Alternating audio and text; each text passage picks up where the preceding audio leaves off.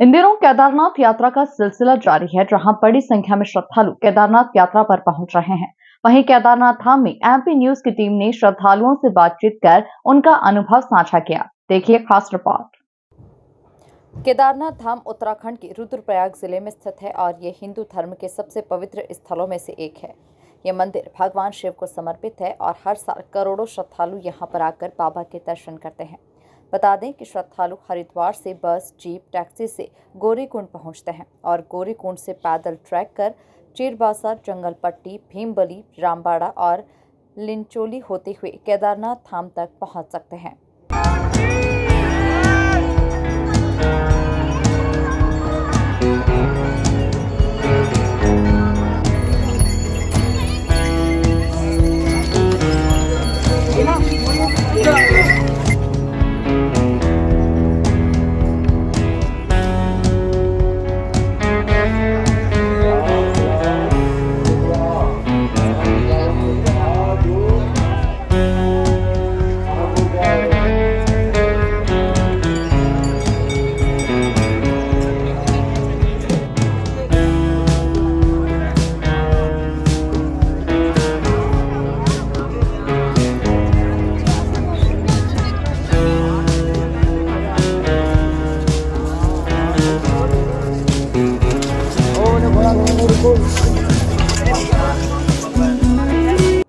केदारनाथ की प्राकृतिक सुंदरता अद्वितीय है। मंदिर के चारों ओर बर्फ से ढके पहाड़, पीछे भीमशिला और आसपास हरे भरे मैदान और मंदाकिनी नदी का जल, ये दृश्य श्रद्धालुओं की सारी थकान दूर कर मन को मोह लेता है।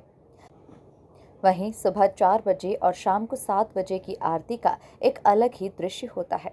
आरती में शामिल होकर श्रद्धालु सभी संकट से मुक्त हो जाते हैं। भगवान ज्ञान बहुत सिर्फ मैं जा रही हूँ पर मेरा मन यही है। बहुत बहुत बहुत अच्छा। पहली यात्रा आपकी है? पहली यात्रा। कितने सदस्य आए हैं? हम 11 लोग आए हैं। बहुत अच्छा जान है, पर यहाँ आकर सब दूर हो गया। सब। मेरा नाम स्वरूप है। दर्शन मैं आया हूँ बाबा के दर्शन करने के लिए मध्य प्रदेश भोपाल से। दर्शन हो गए? हाँ। मेरा नाम मोनिका है। कहाँ से आए हैं आप? मैं हरियाणा चरखी दादरी से आई हूँ। तो एक बार मैं तो यही राय दूंगी कि एक बार पैदल आना चाहिए। अगर बीच में स्टे करना चाहता है तो वो स्टे कर सकता है। रुक रुक के मतलब 8-10 घंटे लगते हैं, तो उसमें आराम से आना चाहिए, ताकि भाई जो भी बाबा से हम वैसे पशुओं के माध्यम से आते हैं, या तो आप डायरेक्ट ऐसे कर सकते हो, हेलीकॉप्टर के माध्यम से आ सकते हो। अदरवाइज अगर आप घोड़ों से आते हो तो बहुत सारे ऐसे होते हैं, बीच में गिर भी जाते हैं, बहुत सारी प्रॉब्लम होती है। तो पैदल आना बेस्ट है।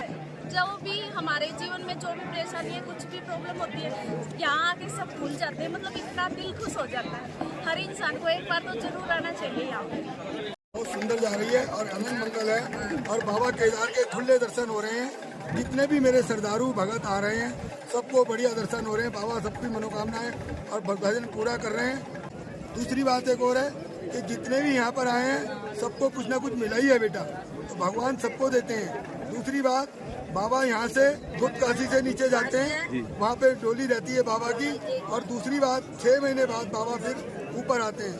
रास्ते में 3 जगह रुकते हैं, गुप्त काशी, भाटा और गौरीकुंड। माई से मिलने के बाद बाबा ऊपर आते हैं और यहाँ पे फिर 6 महीने बाबा की लगातार पूजा होती है। और बाबा का अलौकिक दर्शन है कि अंदर जब जाते हैं तो बाबा के श्रृंगार होता है 12 बजे के बाद, और 12 बजे तक जल और बाबा को घी चढ़ता है। बोल शंकर भगवान की जय, बोल केदारनाथ बाबा की जय। देश सहित अन्य विदेशों से आने वाले श्रद्धालुओं ने एमपी न्यूज से चर्चा के दौरान कहा कि हर इंसान को जीवन में एक बार केदारनाथ जरूर आना चाहिए। उत्तराखंड में बाबा केदारनाथ के चरणों में हैं और आज हम जो हमारे साथ प्रसिद्ध बाबा महंत जी बैठे हैं, उनसे हम जानेंगे कि बाबा के यहाँ जो अलौकिक दृश्य है, मनोरम दृश्य, यहाँ का मौसम और किस तरह से भक्तों की मनोकामनाएं पूरी होती हैं। बाबा यहाँ बताएं आप बाबा की अलौकिक महिमा के बारे में। केदार में ये देवभूमि उत्तराखंड के हम लोग देवभूमि को यहाँ पे भक्तों का मनोकामना विशेष रूप से पूर्ण किया जाता है बाबा के ऊपर भी चढ़ाने से। बाबा जो 6 महीने बर्फ में रहते हैं तो बाबा के ऊपर पूर्ण तरीके से घी लपेटा जाता है, उसके ऊपर भभूति चढ़ाई जाती है तो बाबा का वो कंबल का काम करता है। जब भगत लोग यहाँ पे आना शुरू होते हैं तब वो भभूति और घी हटा के बाबा को पूर्ण तरीके से फिर से नया घी चढ़ाए जाते हैं और जो भी मनोकामना यहाँ पे अपने तरीके से मांगते हैं केदारनाथ हर मनोकामना को पूर्ण करते हैं और उसी विश्वास से हर साल जो पिछले साल भी दर्शन करके गए उस मनोकामना पूर्ण होते ही फिर भी दर्शन जैसे बाबा जी अभी यहाँ शायद 6 महीने के लिए यहाँ केदारनाथ में, इसके अलावा कहाँ हम 6 महीने तो पूर्ण तरीके से यहाँ रहते हैं केदारनाथ। उसके बाद नीचे जाके हम लोगों को कुंभ शुरू हो जाता है, कुंभ में रहते हैं। कुंभ यदि ना लगे तो अपने अपने आश्रमों में रहते हैं। अब आश्रम के महंत बाकी भजन करने यहाँ आते हैं और भजन करने आते हैं तो यहाँ पे जो जिस हिसाब से रहना पड़ता है उस हिसाब से खर्चा भी चाहिए। हमारे मांगने करने का काम है, नाका घाटा है हम लोगों का, उस हिसाब से मांगते भी